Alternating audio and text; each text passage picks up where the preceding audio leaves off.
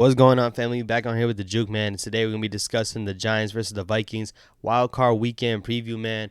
It's been a long time coming, man. I've been saying it for a while. The Giants were gonna be in the playoffs, and it's kind of surreal to think that we were here, and we're going against a favorable matchup, man. But before we dive in, subscribe down below. Road to 1K is still active, man. I'm trying to hit 400 for the end of the season, and just a heads up, man, I don't think the end of the season is coming up this week. So comment down below what you guys think of the video, like it up, and let's dive straight into it. We just faced off against the Vikings just a couple weeks ago, and I made my own video saying why the Giants can upset the Vikings. Literally just 3 weeks ago. And probably some of the same reasons that I listed in that video is going to be in the same video here right now. One of the biggest reasons, which was a big reason last time and even more of a reason this time, is our defensive line against their offensive line, man. When you look at our front four, man, we're going to have Kayvon Thibodeau, Azeez Ojulari, Dexter Lawrence, and Leonard Williams all in full health, ready to go for this game, man. And I pray that they stay healthy because last game, Azeez Ojulari didn't even play the second half. We were still disruptive on them, and Azeez Ojulari was out by the end of the first half. So I'm hoping for him to stay healthy, and I'm hoping for this whole front four to be active because if they are, man, they are playing with their backup. Might be the backup to the backup center. You know, Bradbury's a good center, and he's looking like to be a long shot. And then they lost their right tackle on Ryan O'Neal. We were already having success even with him being there, so let alone them going down to a different right tackle is looking to have a field day for Azeez Ojulari and Kayvon Thibodeau, man. So I'm thinking if this front four is out there and they can stay together for the whole entirety of the game, man, the Giants should be able to dominate on the defensive side of the ball. We know that Justin Jefferson is a man. He's a man playing a children's game. Like, he just takes over. It doesn't matter who's guarding him. So what do I think Wiggins is going to cook up, man? Adoree coming back is going to be huge. They haven't said that he's coming back for sure, but in my opinion, he's not missing this game. Like, he's rested enough time. He's rested enough games. He probably could have played last week, but there was no reason to have him play last week. He's definitely going to make it for this game, and I think he's going to be pressed up on Justin Jefferson. Is he going to be on guard on one-on-one? No. We're going to need a bracket over there on that side and try to double team it as much as we can. And there's certain plays that, you know, he made last time that he might not be able to this time. Having Adoree Jackson is going to be a big help, but also having Xavier McKinney in the back end is going to be huge no matter where they throw the ball to, whether it's going to Hawkinson, who had a big game, Adam Thielen, KJ Osborne. Having him in the center of the field just makes offenses a little more timid to throw some deep shots and maybe even get some stuff down the middle. So we'll see if Xavier McKinney makes a big impact, but I think he will. And overall, man, this defense is getting healthy at the right time, and their offense is a little banged up, and we definitely have to take advantage of it. That's one of the biggest keys to the game. And when you flip to the offensive side of the ball, man, DJ had one of his best performances all year. Combining for about 400 yards, man, 330 passing through the air, and about 70 to 80 on the ground, man. I'm looking to have a big game and the same type of game for him this game.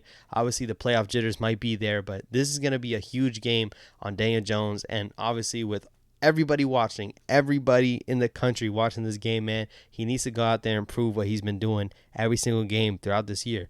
Obviously, we went into that territory week 16, and it's a hostile territory. They're in a dome. Nick Gates said something. I just dropped a video on that, and it might have the fans a little riled up. But listen, the Giants should be able to handle their business as long as we stick to the run game and pass when we need to. We end up throwing for 330 passing yards. I want to see more of the ground game this game, man.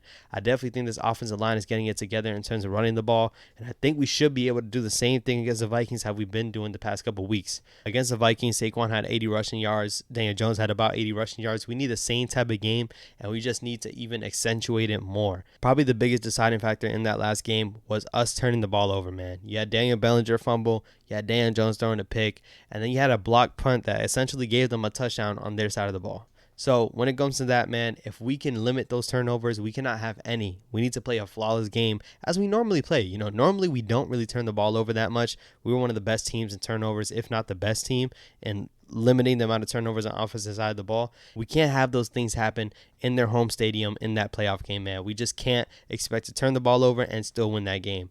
So definitely, I think if we accentuate on that and we hopefully limit the turnovers as we normally play, just play like yourselves. Play like we've been playing. Play like that team that put up 38 points on the Colts.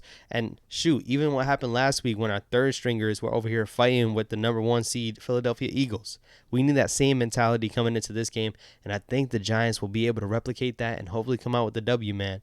I'm not going to lie. I'm getting kind of nervous with all the mainstream media that's picking the Giants, man. As you know, all season they counted us out. I want them to count us out again. Stay on your side. We'll stay on our side, and we'll see who comes out victorious. And I think the Giants can. But I definitely don't want to be jinxed. I really don't want to be jinxed. But going into this matchup, man, the score prediction for me is going to be 30-24. New York Giants taking it, getting their first playoff W since we won the Super Bowl. Like, literally, it's been that long. 2012. It's been that long. So definitely, I think the Giants can come in there and take the W. You guys let me know what you guys think in the comments, man. I really think the blueprint is there. Everything we did last time was really good, and I think we need to replicate that. Obviously, the Vikings might want to adjust. The Vikings might be able to do some things, but they're banged up. It is not a secret that they're banged up, and we're getting healthy at the right time, and we need to take advantage of it 100%. So hopefully the Giants can do so, man. Let me know what you guys think in the comments, man. If you got the Giants taking the dub, let me know and give me your score predictions, man. We're trying to rile those up. And make sure you're liking up this video, commenting down below. We are trying to push that content out there, and subscribe, man. Road to 1K is still active. I'm trying to hit that 400 mark. And yeah, man, the Giants going to go into Minneapolis and shock the world. And we're moving on to next week. But let's get this dub on Sunday. I'll catch you guys in the next one. Go Big Blue. What's going on, family? Back on here with the Juke, man. I'm calling all the Daniel Jones haters. Pull up to this video. Watch this video real quick. The New York Yankees lose the series. We get swept back in the third quarter. The third quarter was really when we started to make our moves. And DeMar, banger. Make sure you subscribe to the Juke.